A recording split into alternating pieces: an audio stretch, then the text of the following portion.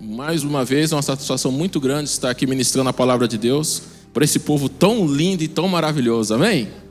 Glória a Deus, eu falo sem fingimento, hein? A irmã Ednei está dando risada, sem maldade nenhuma, um povo lindo. Sabe por que vocês são lindos? Porque vocês vão morar no céu comigo, amém? Glória a Deus. Irmãos, o tema dessa mensagem é um papo que rola na internet. Será? Alguém já ouviu isso aqui no Instagram? Já? Quem ouviu? Levanta a mão. Eu só não vou fazer a dancinha porque eu acho que eu vou ficar meio desajeitado. Já sou meio duro para as coisas, né? Enquanto o Mateuzinho está aqui, ele fala, ele olha lá, faz assim, faz assim. Eu já sou meio durão, não gosto. Se eu fazer a dancinha aqui, eu acho que não vai ficar legal. Mas eu acho que vocês já entenderam o fio da meada aqui. Então será, tá? Então, olhe para o seu irmão e fale assim, será?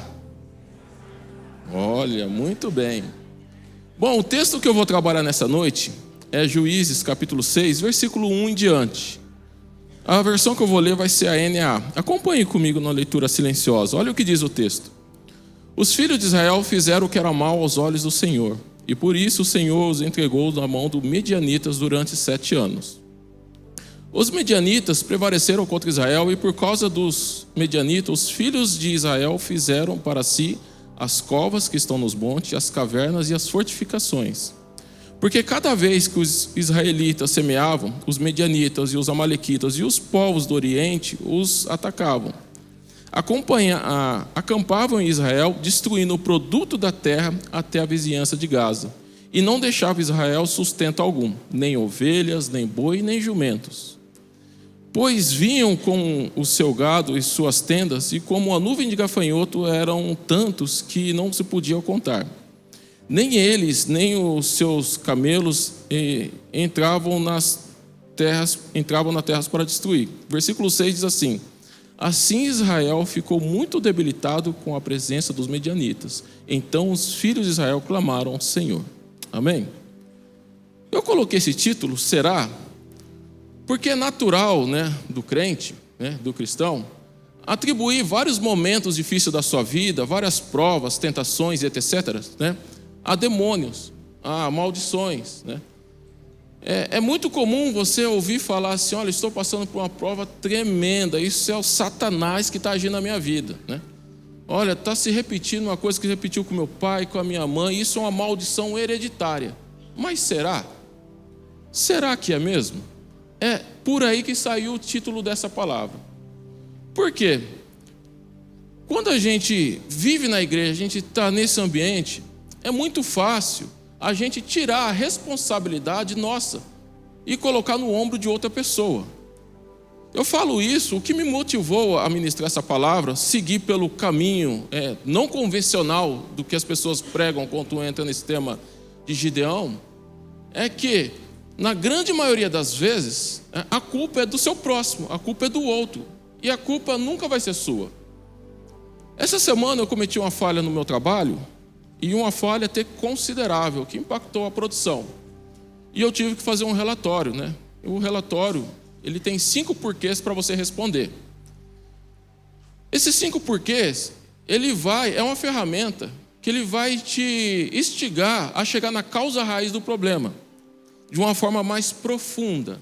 O porquê aconteceu o problema? Porque eu deixei de fazer tal coisa. Mas por que você deixou de fazer tal coisa? Porque eu não segui o padrão de serviço. Mas por que você não seguiu o padrão de serviço?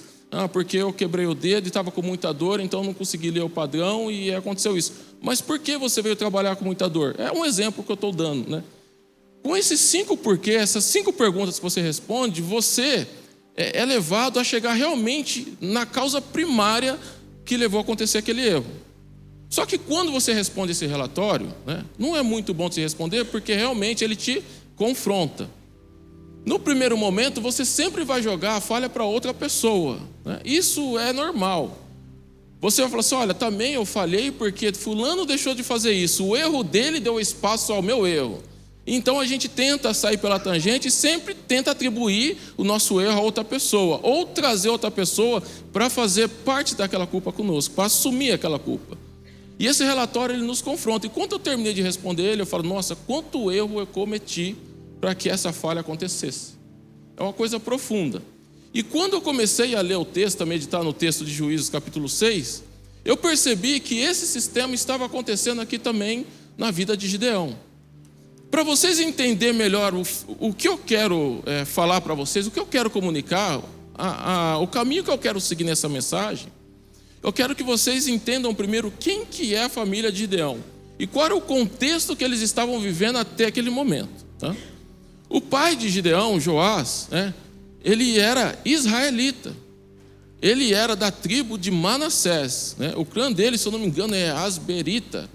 Era um clã da tribo de Manassés. O nome dele do hebraico é Iós. Esse nome quer dizer o Senhor deu, ou Yahweh concedeu.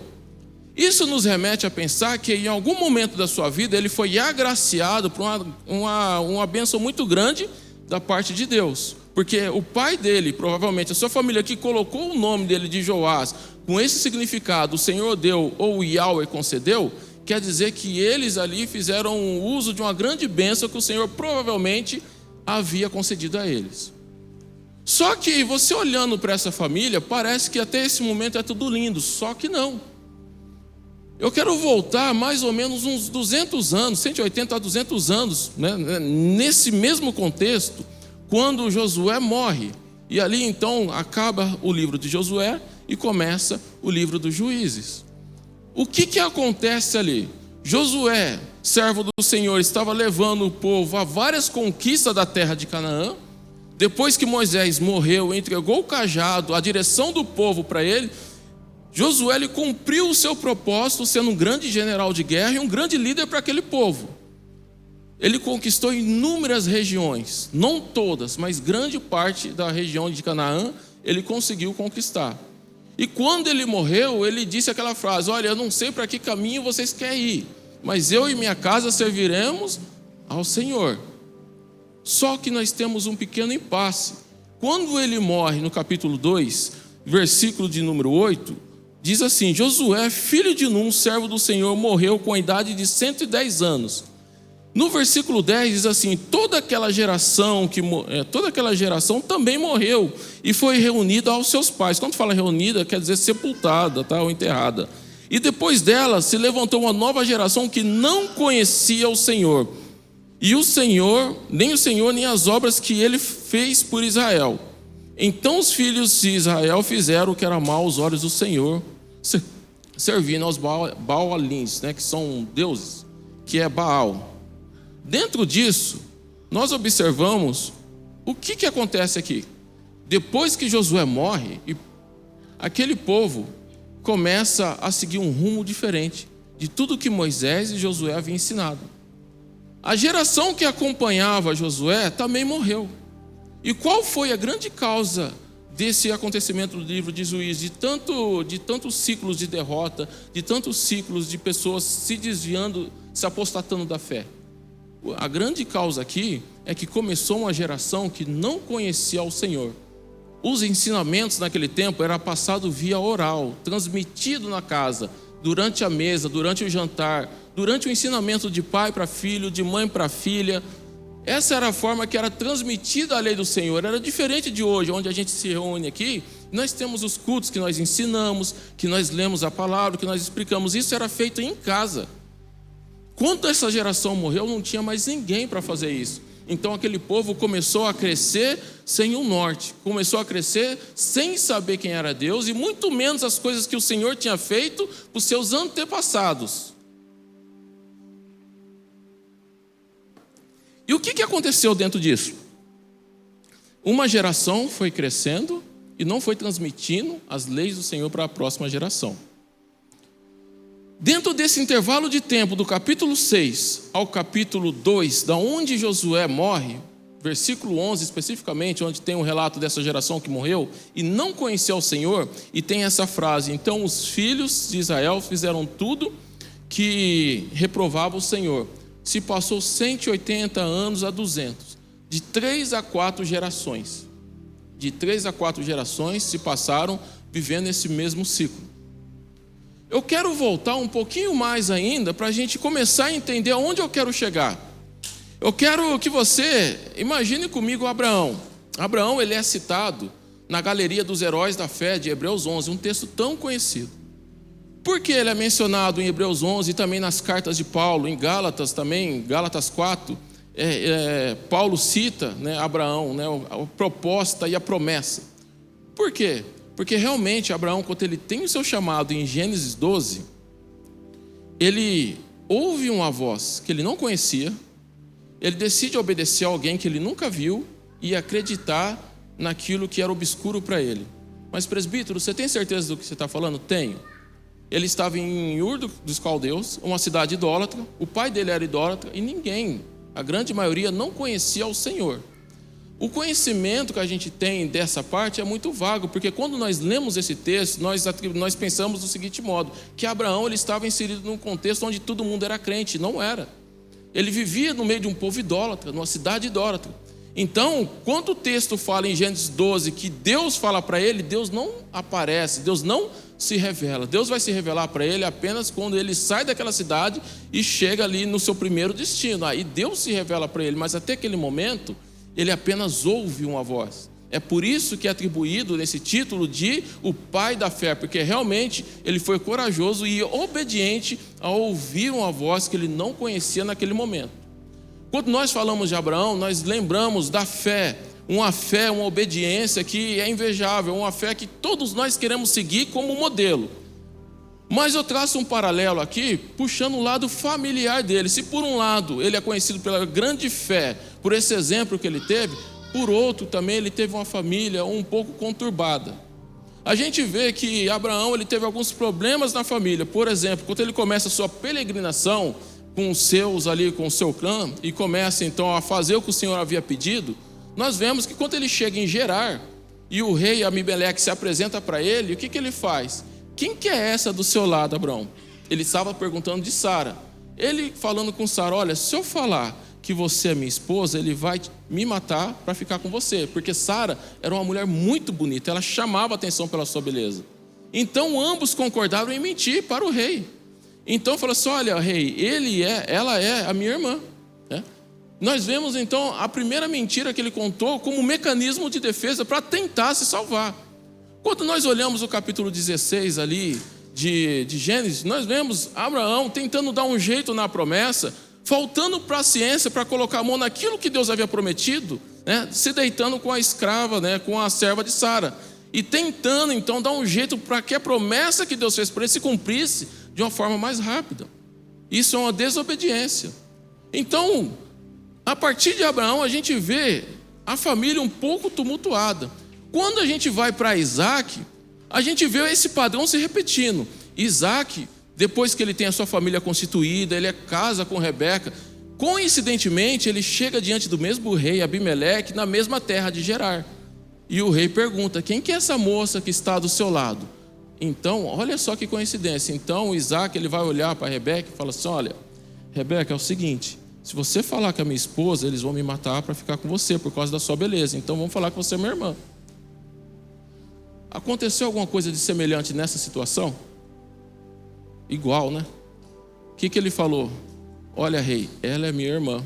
Coincidente mesmo, caiu no mesmo erro do seu pai. Então, feito isso, houve uma série de circunstâncias ali que depois o rei descobriu, porque Deus apareceu para ele no sonho e falou assim, olha, não toque nela. E aí Deus então revelou a verdade. Mas quando nós entramos então em Jacó, eu estou falando da linha patriarcal para vocês entenderem o quão difícil é quando a gente fala de família. E aonde entra os ciclos de repetições e você vai entender o que eu quero dizer. Quando nós entramos em Jacó, qual que é a situação que acontece ali? Isaac então teve 2 filhos que são gêmeos, Esaú e Jacó. Jacó, ele enganou o seu pai e enganou o seu irmão, porque ele queria o direito da primogenitura. Ele foi o segundo filho a nascer. Ali, as bênçãos do primogênito era para o primeiro filho, primogênito. O primeiro herdava a bênção do pai, consequentemente a herança de tudo. E o segundo ali ficava como uma espécie de servo. E Jacó foi o segundo filho. E o que ele fez? Seu irmão voltou cansado do campo de uma caçada, ele fez um guisado e ali ele começou a negociar. Tá certo que ele não colocou nenhuma arma na cabeça de Esaú, mas ele fez isso premeditado. Só que na hora de receber a bênção do seu pai, quando ele estava para morrer, ele fingiu ser o seu irmão, colocou fenos, colocou pelos, né, no seu braço, porque o irmão dele tinha bastante pelos no corpo, para quando o pai dele tocasse no braço dele, né, realmente constatasse que era o irmão dele. Então Jacó ele viveu, em certo ponto, num mundo de mentira. E aí então ele fugiu, porque o irmão dele queria matar, foi para a terra do seu tio o enganou, ele começou a colher o que ele plantou. Só que, andando um pouco mais à frente, quando você vê então Jacó já estabelecido com os filhos, agora nós entramos na linha patriarcal. Nós estamos falando dos 12 tribos de Judá, das 12 tribos de Israel, né? Ele com seus 12 filhos. Qual que era a situação que acontecia ali? Rúben, que era seu filho, né? Ele se deitou com a mãe de seu pai. Judá, esse mesmo que deu origem à tribo de Judá, da onde Davi e o próprio Cristo saiu, ele se deitou com a própria nora, pensando que era uma prostituta. Depois ele quis apedrejar porque ela ficou grávida dele e ela não tinha se revelado para ele que era prostituta, ela fingiu ser uma prostituta. Ele queria matar, queria cumprir a lei de todo jeito ali. Então, olha que família conturbada. E fora esses pormenores, eles tramaram contra o seu irmão José. Eles queriam matá-lo. Eles queriam matar alguém do próprio sangue. Então, veja bem, um filho que deita com a própria mãe do pai. Um outro filho que deita com a própria nora, pensando que era uma prostituta. Os irmãos não falam quem queria matar, mas estavam tramando para matar José. Sabe o que eu percebo com essa história? Que eles viviam mais longe do que perto de Deus. Eles estavam muito mais além, muito mais longe do que perto. E olha que estamos falando dos patriarcas, dos que deram nome às tribos de Israel. Olha que família desestruturada. O que eu acho que Deus, na sua infinita sabedoria, quando Ele fez a Bíblia no seu todo, é que Deus, Ele não esconde esses pormenores, esses percalços, esses erros, principalmente da família patriarcal, porque Ele quer mostrar para nós que todo mundo está sujeito a erros, todos estão sujeitos a escorregar em algum momento da vida. Deus não faz questão de esconder ou passar panos ali, mas Deus revela o pecado, assim como revelou o pecado de Davi, que cometeu com Betseba. E dentro disso eu começo a imaginar, de Abraão a Gideão, nós temos ali mais ou menos de uns 800 a 850 anos de intervalo da história de Abraão até Gideão. O que eu percebo com isso, que esse padrão familiar vem se repetindo geração após geração, geração após geração. E aonde entra o título dessa mensagem? Será que isso é demônio? Será que isso é uma maldição que você herdou do seu pai, da sua mãe, da sua família, do seu tio?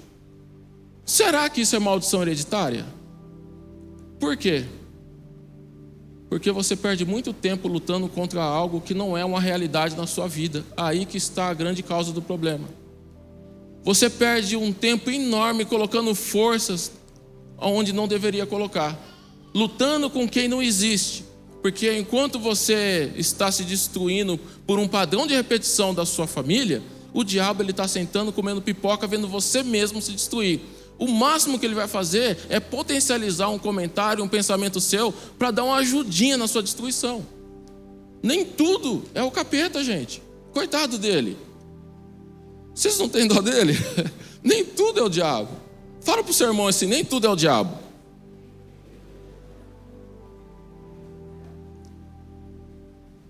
Por que eu falo isso, gente? É importante você saber. Eu estou focando nessa família patriarcal para vocês verem que não tinha diabo agindo aqui. Não tinha diabo. Não tinha demônio agindo aqui. Mas tinham pessoas que estavam fazendo uso do seu livre-arbítrio. A salvação, ela se desenvolve em dois momentos. Qual que é o primeiro? É quando Deus manifesta a sua graça para com a humanidade. E qual que é o segundo momento?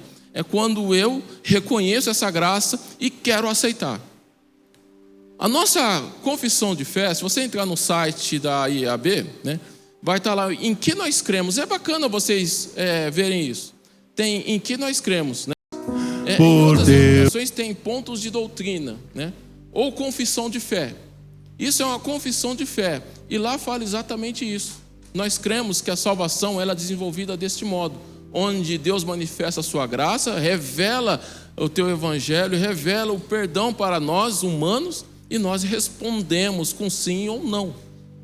Isso é a doutrina que nós acreditamos, isso é arminianismo, onde o homem participa ativamente da salvação.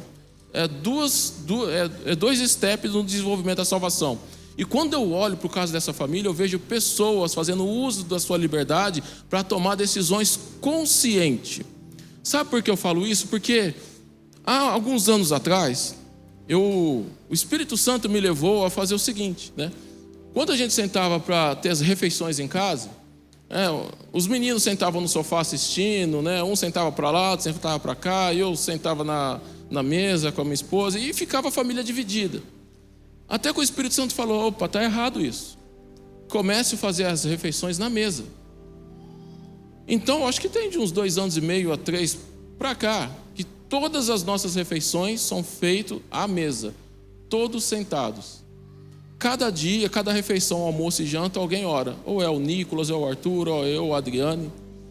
E os dias que a gente está bravo, que um brigou com o outro, como faz, presbítero? A gente ora também, porque entendemos que o Senhor não tem nada a ver com os nossos problemas, com as nossas chateações. A diferença é claro que você não vai fazer um culto, mas você vai falar: Senhor, obrigado pela nossa refeição e por esse momento em família. Amém. Por que o Espírito Santo me levou a fazer isso? Porque eu estou criando memórias. O que eu quero transmitir para a geração que está à minha frente, para a minha descendência, ao que sai de mim, a ascendência ao que está atrás, descendente, o Arthur e o Nicolas, o que eu quero transmitir para eles é esse valor de estar junto à mesa. Eu quero que quando eles formarem a própria família, eu quero que eles lembrem: olha, meu pai e minha mãe sempre faziam questão de jantar, de almoçar à mesa, e a gente sempre orava, e falava assim: olha, quem vai orar agora? E ficava: não, ora aí Arthur, ora aí Nicolas, ó pai, ora aí. E ficava, mas alguém sempre orava. Eu quero que isso fique enraizado na mente e no coração, para que eles possam repetir esse padrão na frente. Então, portanto, se eu quero que eles tenham uma família abençoada, e se eu quero que eles guardem esse princípio, isso tem que começar de mim, ou de nós. Nós temos essa responsabilidade como pais, eu e a Adriane. Então, nós estamos fazendo isso, para que eles possam repetir isso com a sua família. Então, quando a gente olha para essa família, os erros que estão acontecendo nesse momento era que mentira após mentira estava acontecendo no meio daquela família, e eles viviam de certo modo longe do Senhor, e os erros dos pais passavam para os filhos, diferente de maldição. Aqui eles estão convivendo com a mentira, eles veem o pai mentindo para se livrar de um problema, então ele entende que para mim me livrar do meu problema eu posso mentir. Você conhece alguém que para se livrar de algum problema, a saída, o escape é sempre mentira? Tem pessoas que para tudo contam a mentirinha. Eu conheço pessoas que não, às vezes elas se perdem na própria mentira. Isso é um grande problema. Mas por que essa pessoa faz isso? Não é um demônio que está chegando na pessoa e falando assim: olha, você vai mentir. Você não é. Provavelmente ela aprendeu isso com o pai e com a mãe. Aonde ela viveu, onde ela cresceu, talvez ela viu alguém batendo na porta lá e falando assim: fulano. E a mãe fala assim: filho, fala que eu não estou. Você já ouviu isso? Fala que eu não estou. Mãe, você está aqui. Não. Fala que eu não estou. Então ele vai nascendo, ele vai convivendo com isso, e é claro que ele vai repetir isso. Ele vai levar isso para a vida, porque ele está envolvido nesse mesmo ambiente. E é exatamente isso que eu quero que você tenha em mente. Por quê? Presbítero, no culto fé, por que você está pregando uma palavra como essa? Porque nós temos uma somatória de fatores que vai levar ao erro maior. Nós temos a nossa raiz do pecado, a nossa carne lutando. O apóstolo Paulo fala que o bem que ele quer fazer, ele não faz, mas o mal que ele não quer, esse ele faz. Nós temos então o fator queda, né? O pecado que está enraizado no nosso DNA, lutando constantemente, né? Para que a gente se afaste do Senhor. Nós temos então o nosso ciclo social, onde fomos criados. Talvez você nasceu numa família onde teve muita briga, teve muita contenda, ou teve muita mentira. Talvez você não teve pai, não teve mãe. E vou além. Talvez você não tenha êxito na sua vida profissional, ministerial. Talvez porque você está machucado. Talvez você foi de uma denominação, você que está nos ouvindo aí da sua casa, talvez você esteja ferido porque você foi de uma denominação onde seus líderes te feriu. Você ouviu uma palavra pesada do seu pastor, do seu presbítero ou do seu líder. E por conta disso você não consegue desenvolver o seu papel. Você tem potencial, você tem força, você tem unção, você tem direcionamento, mas você trava. Você não consegue desenvolver aquilo que Deus já revelou para você por alguma questão. E você fala, não, é um demônio que sempre quando acontece isso, ele se levanta e quer me derrubar, quer me desmotivar. E não é demônio, meu querido. É simplesmente algo que aconteceu na sua vida que te bloqueou. E você está lutando contra a pessoa errada, contra as forças erradas. Na verdade, a causa é outra. Você precisa identificar qual é o erro, o que aconteceu de fato na sua vida, para que você ataque a causa raiz desse problema. Lembra dos 5 porquê? O porquê eu travo na hora de fazer determinada coisa? Porque eu lembro que eu fui ferido lá na outra denominação. Mas por que você foi ferido? Eu fui tentar ser proativo, e aí o meu líder me deu uma fumada, me deu um chega para lá, porque isso é papel dele, não era papel meu. Mas por quê? Você entende como você vai chegando à causa raiz? Aí você fala assim, poxa vida, por causa dessa palavra, eu estou sofrendo as consequências no dia de hoje. É por isso que eu tenho unção, eu tenho direcionamento, eu tenho tudo para fazer acontecer, mas não acontece. E eu fico parado, porque você está machucado por dentro, e você está investindo a sua força contra o coitado do Satanás, e não é o Satanás. É esse o ponto crucial. Satanás só está assistindo ali de lado. Ele está quietinho ali com um baldinho de pipoca, assistindo e vendo, olha, ele nunca vai achar o erro, ela nunca vai achar o erro. Da mesma forma, na vida profissional, eu conheço pessoas que não conseguem parar em serviço, que não conseguem se estabelecer no trabalho porque tem dificuldade de aceitar ordens. Olha, se o meu chefe falar desse jeito comigo, olha, eu não aguento. Eu não sou homem para ficar ouvindo isso. Quantas pessoas, eu conheço pessoas que entram em muitos empregos bons, a pessoa tem tanta sorte ou tanta aptidão para isso, que sai de uma empresa boa e entra em outra, e só empresas que são desejáveis por todos, mas ela não consegue se estabelecer porque ela foi ferida de algum modo, ela não consegue aceitar ordens. Talvez ela teve um pai muito carrasco, talvez essa pessoa teve uma mãe ou viveu num ambiente no seu lar que as pessoas eram pessoas muito rígidas. Isso gerou então uma aversão à autoridade. E de repente a gente está atribuindo, olha, presbítero, vamos fazer uma campanha para o meu primo, para o meu irmão parar no emprego, porque olha, tem um diabo ali que todo emprego que ele entra derruba. Deixa eu te falar uma coisa. Isso é real, tá? É real. Aconteceu de verdade. Eu conheço uma pessoa. Essa pessoa, ela tem mania de perseguição. Todo emprego que ela entra, parece que o mundo conspira contra essa pessoa. Olha, porque aquelas pessoas ali estão tramando, porque eu trabalho muito bem e eles estão com inveja. Meu líder ali olhou para mim e fala que eu vou tomar o lugar dele, então está conspirando contra mim. Todo emprego, essa pessoa tem o mesmo discurso. Qual que é o resultado disso? Ela não consegue se estabilizar em nenhum emprego. Nenhum. Porque ele sempre é a vítima da história. De onde vem isso? É uma maldição hereditária? Não. É um demônio que está atacando o sujeito? Não. O demônio, ele pode potencializar o problema. Ele pode soprar assim no seu ouvido e fazer aquilo tornar-se uma verdade na sua vida. Ele tem o papel dele, a colaboração dele, para que a sua vida não vá para frente. Ele tem sim.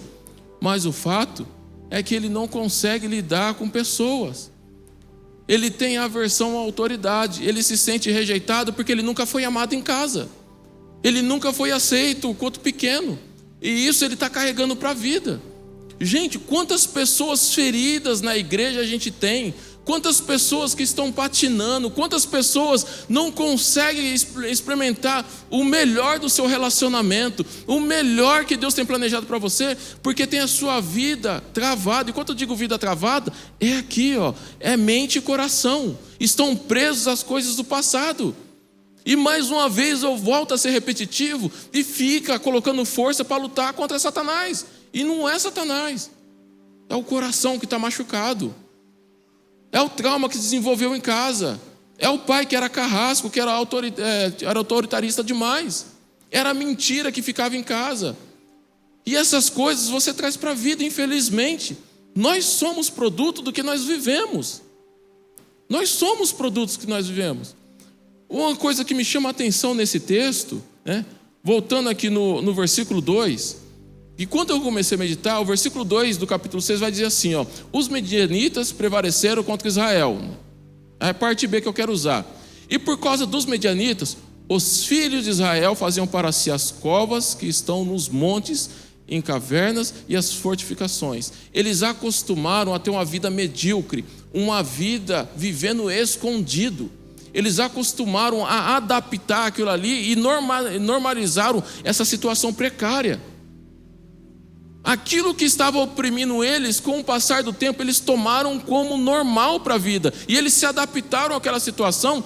E olha só o que eu quero dizer, gente. Eles eram um povo escolhido. Eles eram um povo santo, um povo que Deus escolheu para formar essa nação, a qual eu e você hoje estamos enxertados nessa videira.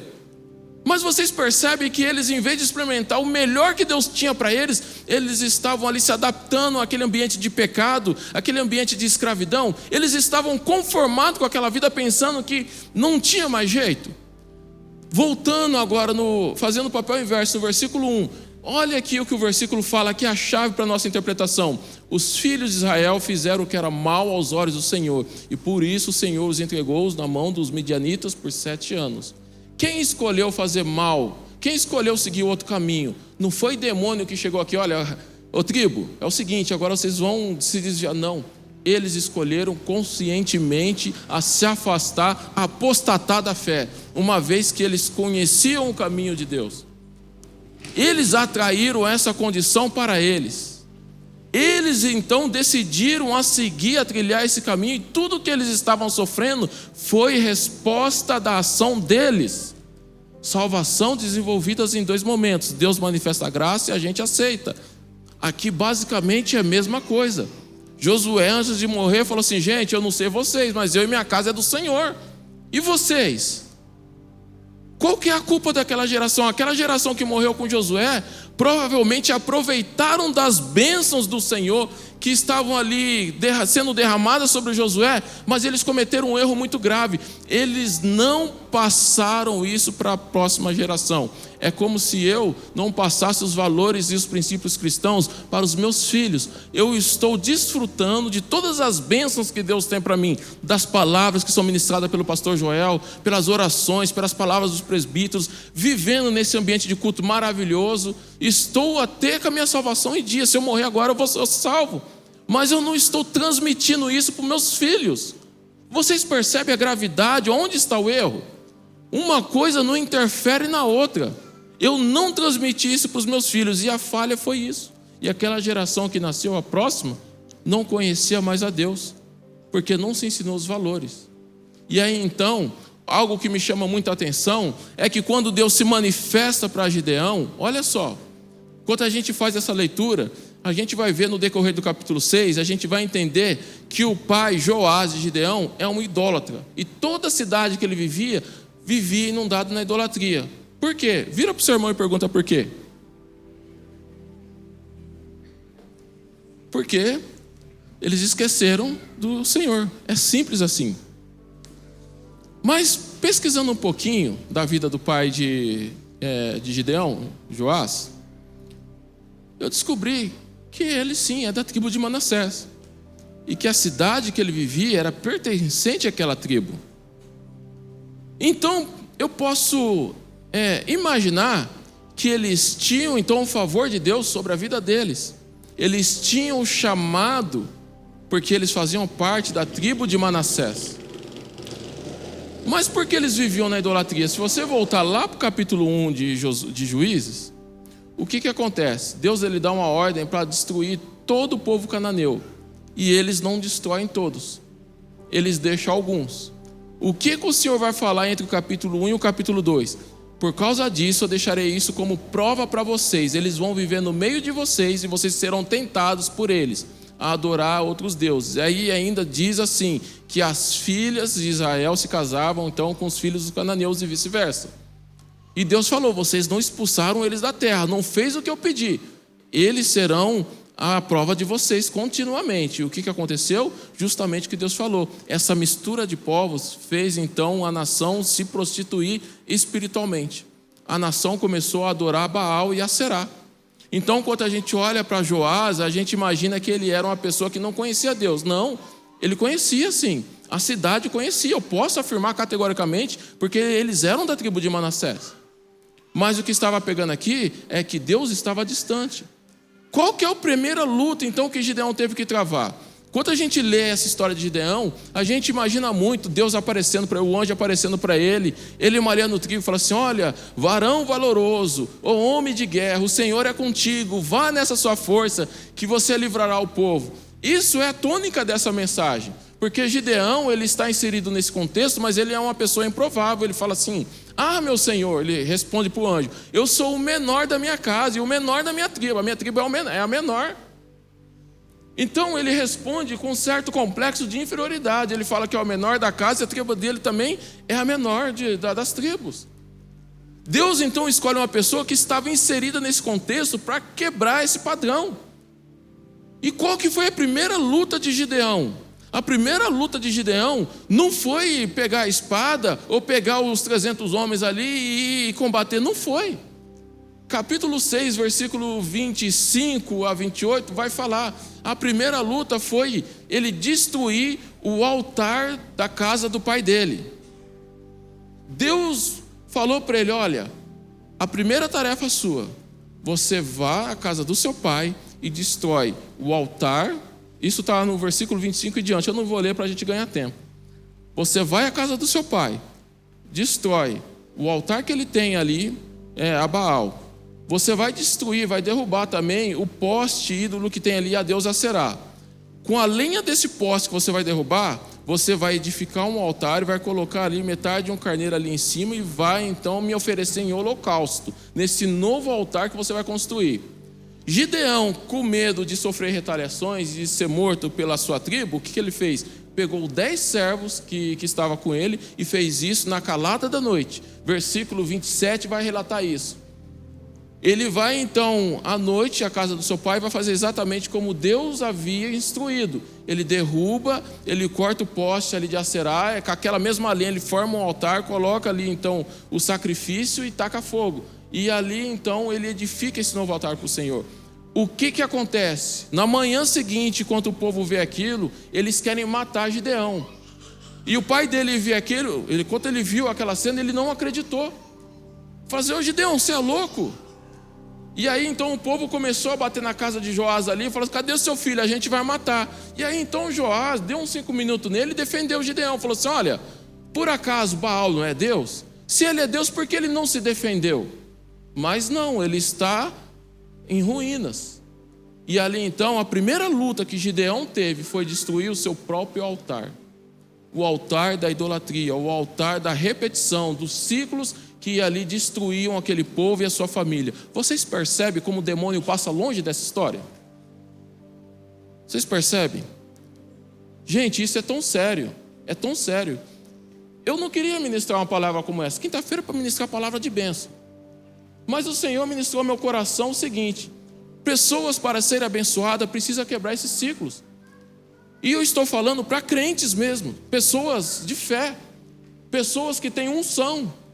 Pessoas como Gideão, pessoas ali que conhecem a Deus, que talvez isso é o que faltava para você ter uma vida plena em Cristo, assumir uma nova identidade de Deus e deslanchar na sua vida, deslanchar no seu trabalho, no seu ministério, no seu casamento, você aproveitar de tudo que Deus tem planejado e tem prometido para você, porque o fato de Deus ter prometido uma coisa para você, não quer dizer que você não vai ter obstáculos na frente, que você vai ter que desvendar mistérios que acontecem na sua vida, como esse que eu estou citando. Talvez você queira fazer como Abraão, dar um jeitinho para a promessa acontecer, mas isso é um padrão, isso é uma mentira. Isso não vai funcionar. É mais fácil você obedecer e ser humilde o suficiente para olhar para dentro de você. Volto a falar do relatório. Como dói fazer esse relatório de causa e efeito? Como dói olhar para dentro de mim e falar assim, quando eu ver aqueles 5 porquê respondido, eu falo assim, poxa, que erro primário que eu cometi. 22 anos de casa, como que eu pude cometer um erro como esse? Cada porquê que você responde é uma faca que está entrando, porque você está confrontando você mesmo. E essa é a maior dificuldade do ser humano, é assumir as responsabilidades do seu ato, é assumir a responsabilidade humana que Deus nos concedeu através do livre-arbítrio. É por isso que é mais fácil a gente atribuir essa responsabilidade a Satanás. É por isso que é mais fácil a gente atribuir essa responsabilidade ao diabo, porque ele já é coitado, vai ser condenado, então já está assumindo tantas culpas, assume mais uma. Mas na verdade não, a culpa é minha, a culpa está aqui. Eu preciso identificar quais são os padrões que estão se repetindo na minha vida. Às vezes eu estou pensando que é maldição hereditária, eu estou jejuando, estou fazendo campanha, estou subindo no monte, e não é. Às vezes você está vivendo um padrão que o seu pai passou para você, que você pegou aquilo. Eu confesso que há uma linha muito tênue que caminha entre repetições e ciclos e maldição hereditária. Você tem que saber identificar o que é um e o que é outro. Mas o que eu estou falando aqui é pessoas que estão paradas na vida, pessoas que parece que falta tão pouco para você assumir ou colocar a mão na promessa que Deus fez para você e você não sabe o que esse pouquinho é. Onde está faltando isso? É exatamente nisso aqui. Você tem que ser humilde o suficiente para olhar para dentro de você e falar, poxa vida, como eu fui machucado. Como eu ouvi essa palavra do meu líder e como isso agora fez um estrago muito grande aqui. Você não tem culpa de ser ferido. Você não tem culpa de ser rejeitado na sua infância ou rejeitado na sua denominação ou na igreja. Talvez você olhe e fale assim, olha, ninguém me enxerga. Deus tem tanta coisa para mim, parece que nada acontece, nada vem. Parece que as coisas estão paradas. É normal pensar isso. Não é normal a gente permanecer como a tribo de Gideão permaneceu. E o que Deus quer fazer? Quer pegar você que está inserido dentro desse contexto, não importa a situação que você viveu, e quer te dar uma nova oportunidade. Só que para isso você precisa olhar para dentro de você, e mais uma vez eu volto a falar. Desculpem até ser repetitivo, mas seja humilde. Seja humilde. Por que você está falando isso, presbítero? Porque quando eu falo que o erro é meu, eu preciso ter muita humildade. Porque o ego confronta. Não é fácil você lutar contra o ego. O ego vai sempre apontar o meu marido, a minha esposa, o meu filho. Ele é culpado de eu perder a calma, de eu sempre estourar e falar coisas que eu não devo. É o meu filho que sempre desobedece. Mas será que você não viveu num ambiente assim? Sua mãe sempre falou coisas negativas, sempre te falou que você não ia chegar a lugar nenhum. Será que você apenas não está repetindo alguma coisa que você viveu? É isso que eu trago para a apreciação da igreja nessa noite. É lutar, colocar suas forças, só que na causa certa, na raiz exata do problema, e parar de perder tempo com um demônio que às vezes não é.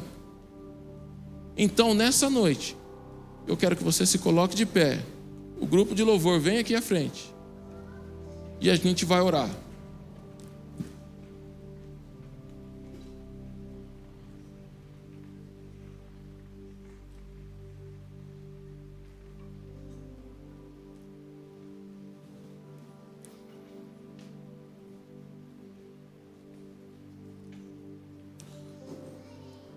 Iremos fazer uma oração.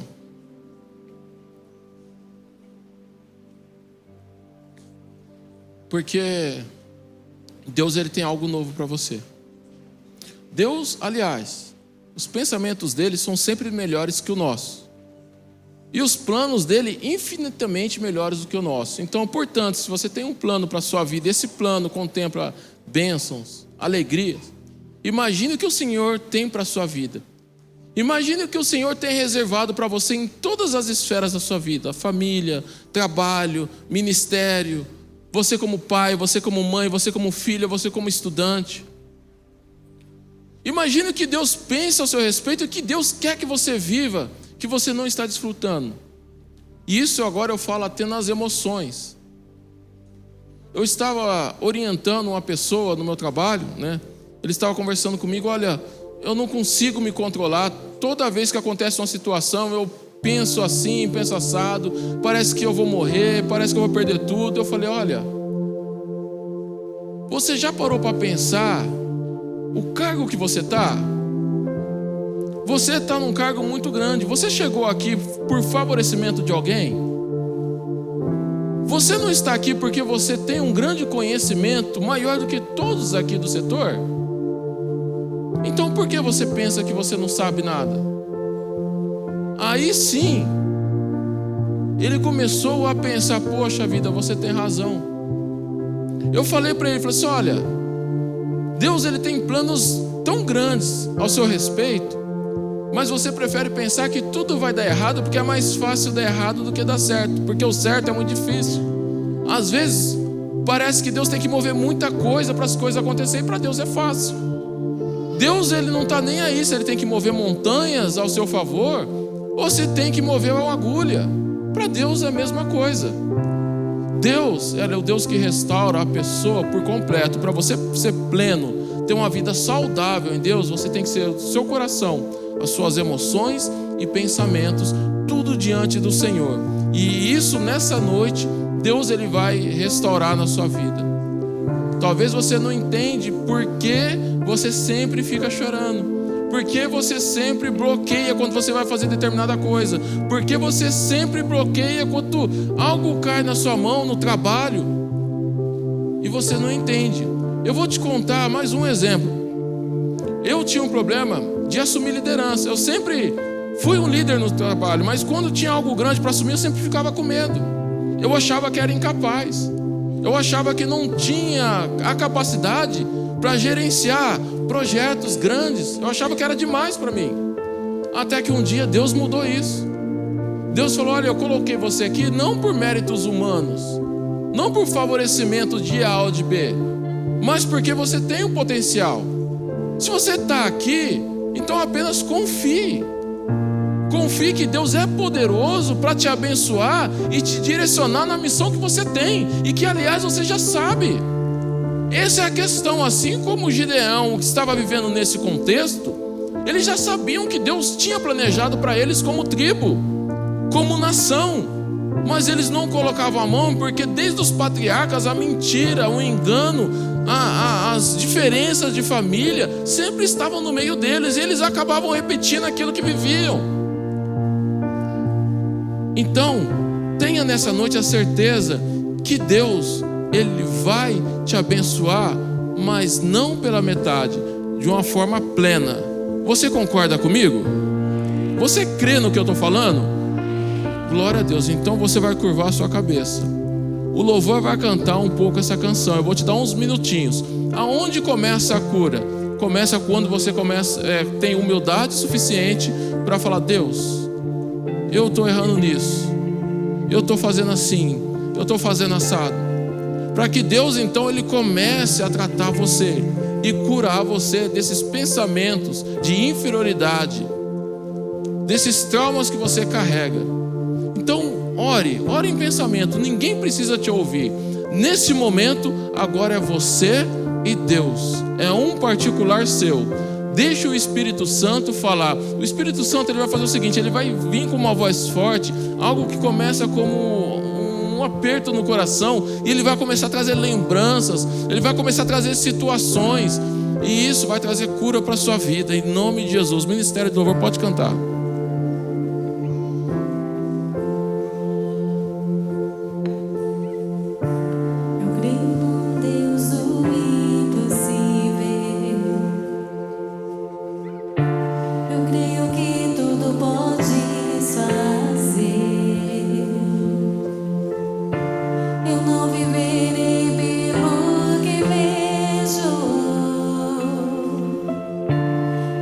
Ir além com Deus.